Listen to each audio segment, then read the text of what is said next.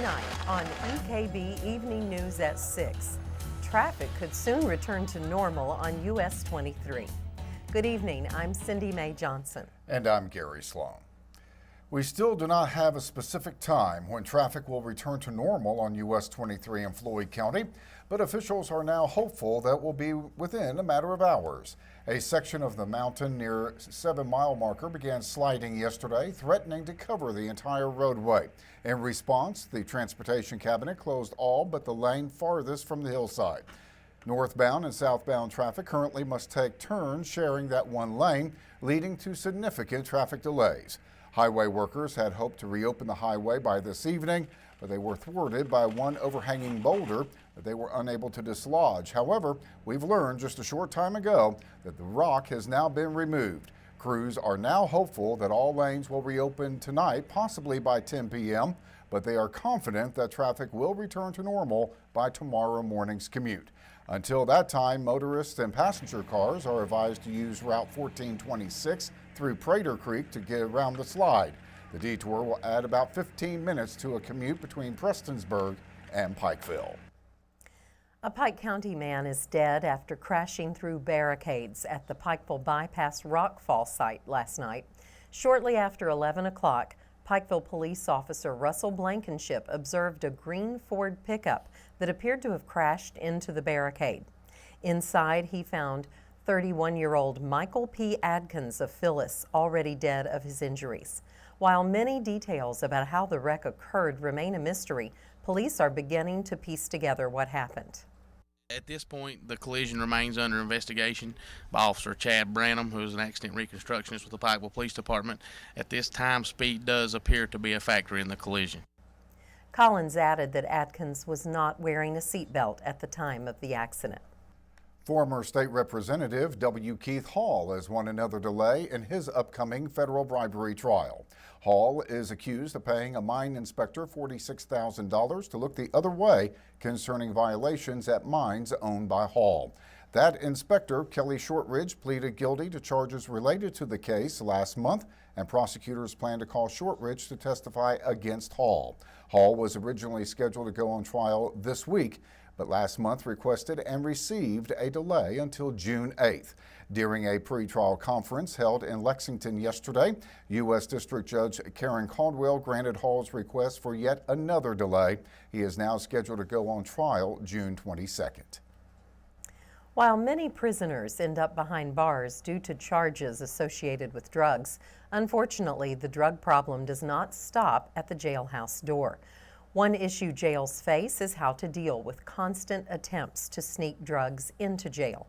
Floyd County jailer Stuart Bear Halbert took office in January.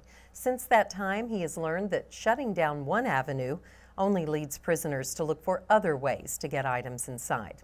EKB News reporter Shannon Deskins talked to him today and brings us this report. It's no secret that Eastern Kentucky is battling a drug epidemic, and that problem is very evident in the jails across our region.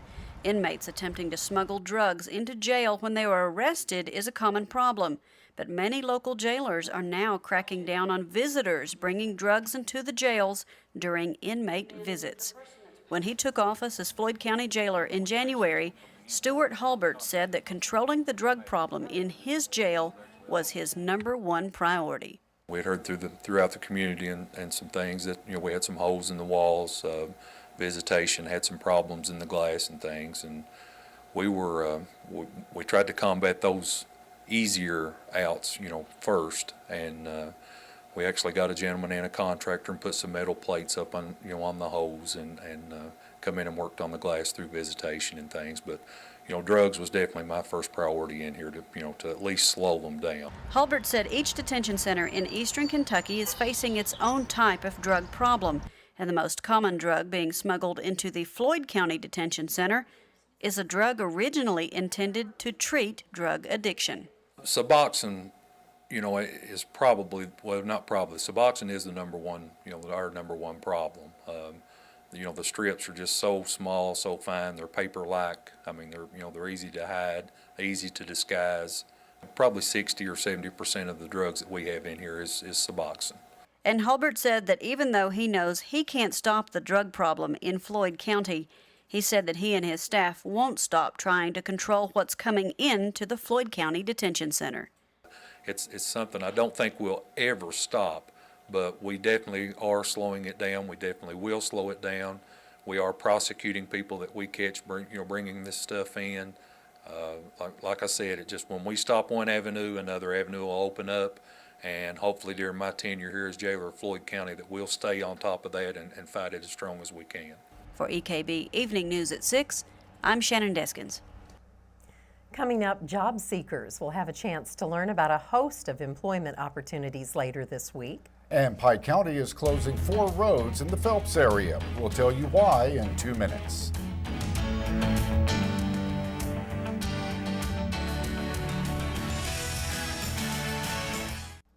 During the Pike County Fiscal Court meeting this morning, magistrates voted to close 4 roads in the Phelps area. The move is part of construction of a new athletic facility in that area. EKB News reporter Shelby Steele attended today's meeting where the closings drew no opposition. The Pike County Fiscal Court voted today to close 3 roads in the Phelps community in order to start construction on the new athletic center for the high school. Construction on the removal of 4th Street, Field Street, and Blackburn Street, located between 4th Street and K Street, will begin soon. Right now, crews are concentrating on the excavating work by removing the mountains. Pike County Magistrate Hillman Dotson says this will not impact traffic. These are some side roads that was leading to some houses in the area where they just purchased the property, so there'll be nobody that will need these 4 roads anymore because the school board has bought all the property that is surrounding the area. A public hearing was held before the fiscal court meeting today. Assistant Pike County Attorney John Doug Hayes says this is required by state law. This is a hearing that is required by the Kentucky Revised Statutes whenever the county chooses to close a county road. There's a procedure that must be followed. This is one of the steps in that procedure. Magistrate Dotson hopes the facility will be open quickly. Possibly we might be in it by the time football season starts, but it kind of looks like it would be impossible to get that much done in that length of time. For EKB Evening News at 6, I'm Shelby Steele. The Big Sandy Community and Technical College Board of Directors is meeting at this hour behind closed doors to choose a new college president. The search for a replacement for founding president Dr. George Edwards is down to 4 names, and all 4 candidates were at the school yesterday and today for interviews. Tonight, the board is discussing what they've learned over the past 2 days. Expectations are that a new president could be named tonight. EKB News continues to follow this story and will bring you the latest as soon as a decision is made. A job fair to be held this week is designed to pair job seekers and employers of all stripes. Now, organizers appeared on the Daybreak Morning Show on WDHR earlier today to talk about the event, which is a partnership between Big Sandy Community and Technical College, the Kentucky Career Center, Big Sandy Area Community Action Program, and the East Kentucky Concentrated Employment Program, along with Kentucky Coal Academy. Unlike some other events, Sandy Grimm said this job fair is not specifically targeted toward any particular type of job seeker or employer. We're looking for active job seekers that are ready to go back to work in a variety of different occupations. I think we've covered just about every single one of them with employers that actually are hiring people. Every single employer that's going to be there in attendance that day are going to be looking for people to fill positions with. Adams advised job seekers to bring some items with them in order to be prepared to land a job. They need to bring an updated resume that our expert career advisors throughout the Big Sandy Community Action Agency that operates through the WIA program can do for them. They are certified in developing professional resumes for targeted to employers. So they can bring that. Driver's license and social security card is always handy as well, because there will be conducting some on-the-spot interviews. The job fair will take place Thursday from 10 a.m. to 3 p.m. in the auditorium on the Mayo campus of Big Sandy Community and Technical College. Well, coming up, the Reds were looking for better results when they began a 4-game series against the Brewers last night. Jamie Johnson will be here to tell us how they did. But first, EKB Chief Meteorologist Lathan Hopkins will be in with a look at our weather forecast. We'll be back in 2 minutes.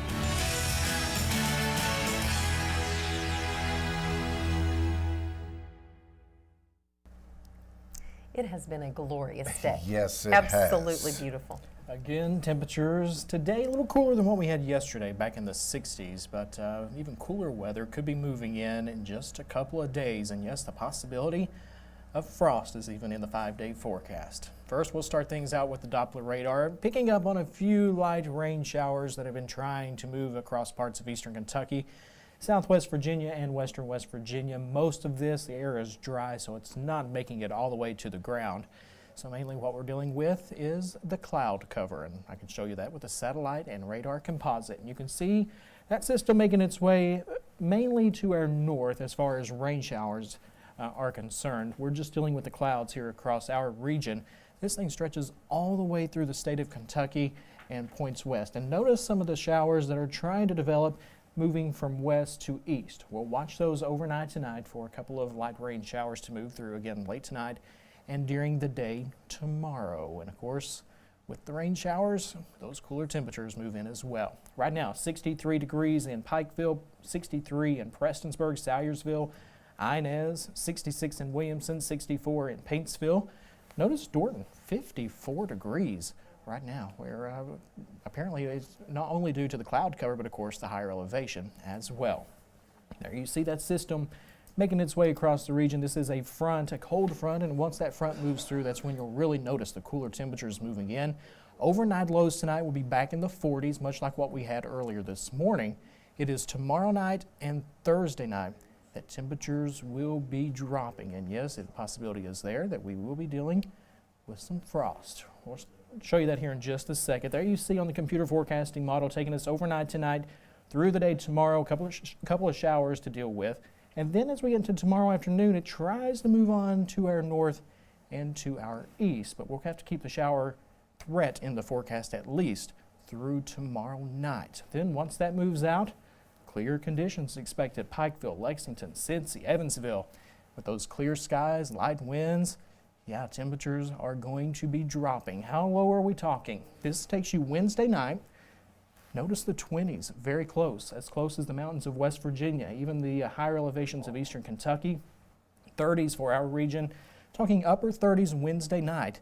It is Thursday night that I really will be watching very closely. Notice just how close those 20s are to our region. Very close from Logan over to Matewan, over to Williamson.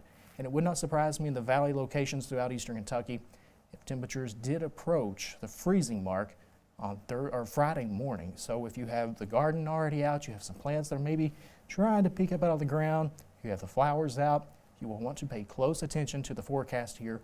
Over the next couple of days, we could be talking about some frost advisories before this week is out. One thing that the frost and the rain, and of course the cooler weather moving in will do is reduce the pollen levels for tomorrow.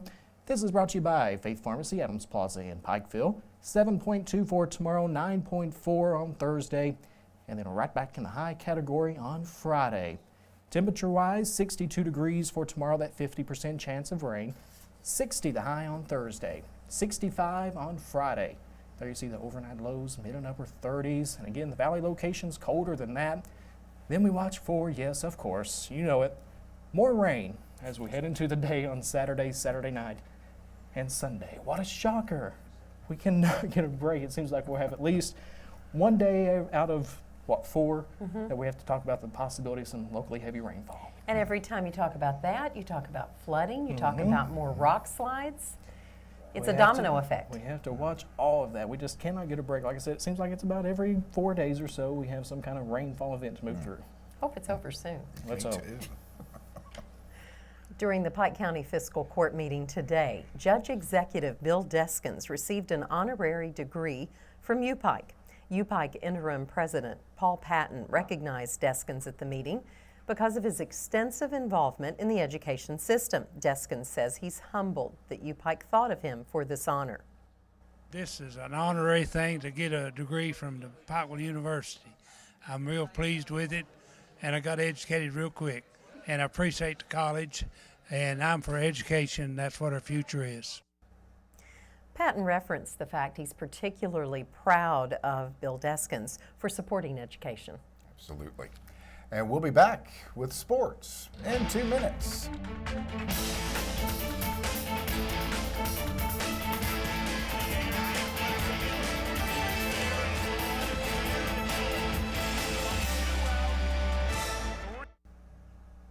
Well, the Cincinnati Reds manager had some choice words. Well, he used one word 77 times. Ooh, somebody counted. And it was a choice word.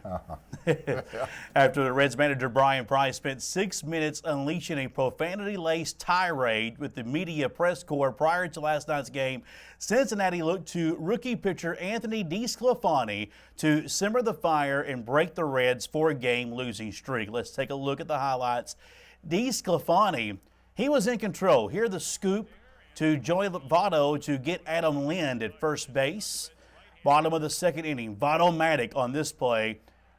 He'll smother it down the first base line, and the flip to DeSclafani covering the bag at first base. DeSclafani would throw 91 pitches, 67 for strikes, yielding 2 hits, walking 1, striking out 5 Brewers to run his ERA to 0.86 in his first 3 starts.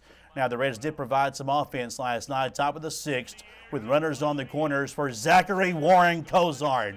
His second home run of the season. He only had 4 total all last year. Reds are now up 4-0. And now the hottest bat in the Reds lineup, Joey Votto, again on your screen. His 5th jack of the season. The former MVP, he is showing signs of power and a lively bat to start the season. The Reds would get the win last night, 6-1 in Milwaukee. Reds are back in action tonight against the Brewers. Game 2 of their 4-game series on Hit City USA, 98.1, 104.3 at 8:10 p.m. tonight. High school baseball, in light of a schedule that had a lot of rain, the Pike Central Hawks decided to flip their game to Pikeville instead of playing at home to play on the turf field of Davis Park. We'll pick this up in the bottom of the second inning. Anthony Vanderbeck, the ground out to the pitcher, Brad Elkins, looked to third, throw to first that would move the runner to third base into scoring position for Andrew McNamee. He'll tattoo this Brad Elkins pitch down the left field line for a ground rule double. That scores Pikeville's first run of the evening, 1-0 Panthers. Bottom of the third, runners in scoring position here in Pikeville will tack one more on with a sharp ground ball to shortstop. The throw to second, the turn to first, runner out at second, safe at first. That allows another run to score. The final run of the game, Pikeville with a 2-0 shutout over Pike Central last night. Softball scores from last night. Belfry defeated Sheldon Clark 6-5 in 9 innings. South Floyd over Jim Buchanan 13-2. Jackson City swept a doubleheader at Prestonsburg 13-0 and 10-1. The University of Pikeville men's basketball team has gained 2 new commitments for the class of 2015. One signing officially today and the other tweeting his plans on social media last night. Sheldon Clark point guard Chase Parsley took to Twitter to make his plans public to become a U-Pike Bear. Parsley ended his career at Sheldon Clark with 2,277 points, a new school record. The other new Bears commitment is Eastridge guard Johnny Miller. Now, he made it official today, signing formally at a school event. Now, both players will be assets to head coach Kelly Wells and his up-tempo style of play. Also today, Eastridge senior Jacob Cheney announced his intentions to play football at Kentucky Christian University in the fall. And speaking of Eastridge football, the school announced that former head football coach Brad Allen would return to his old post for next season. Allen served as head coach of the Warriors program from 2008 to 2013 before stepping down after finishing his last season with a school best record of 6-4. Eastridge will move down to Class 2A football this coming season when we matched up with Shelby Valley, Prestonsburg, Allen Central, Betsy Lane, Leslie County, and what is a crowded District 8. Brad Allen took a season off. He was an assistant at Belfry last year with Coach over there, Coach Hilton, and then comes back on the sidelines with some renewed vigor. He should have no trouble fitting into that role. No, Shouldn't at all. just barely let the seat get cold. That's right. We'll be back in 2 minutes.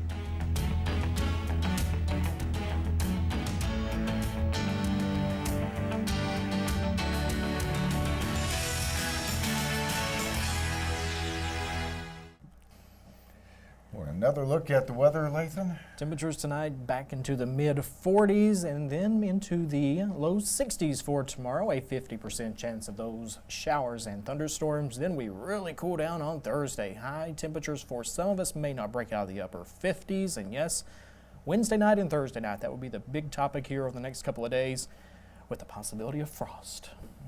Can't believe we're having to talk about frost.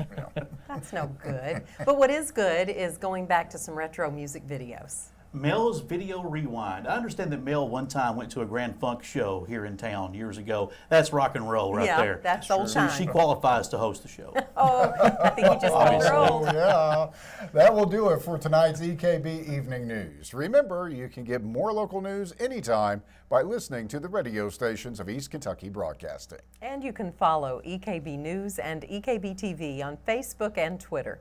We leave you tonight with another look back at that beautiful rainbow that was seen over the city of Pikeville last night. Good night. Thanks for watching.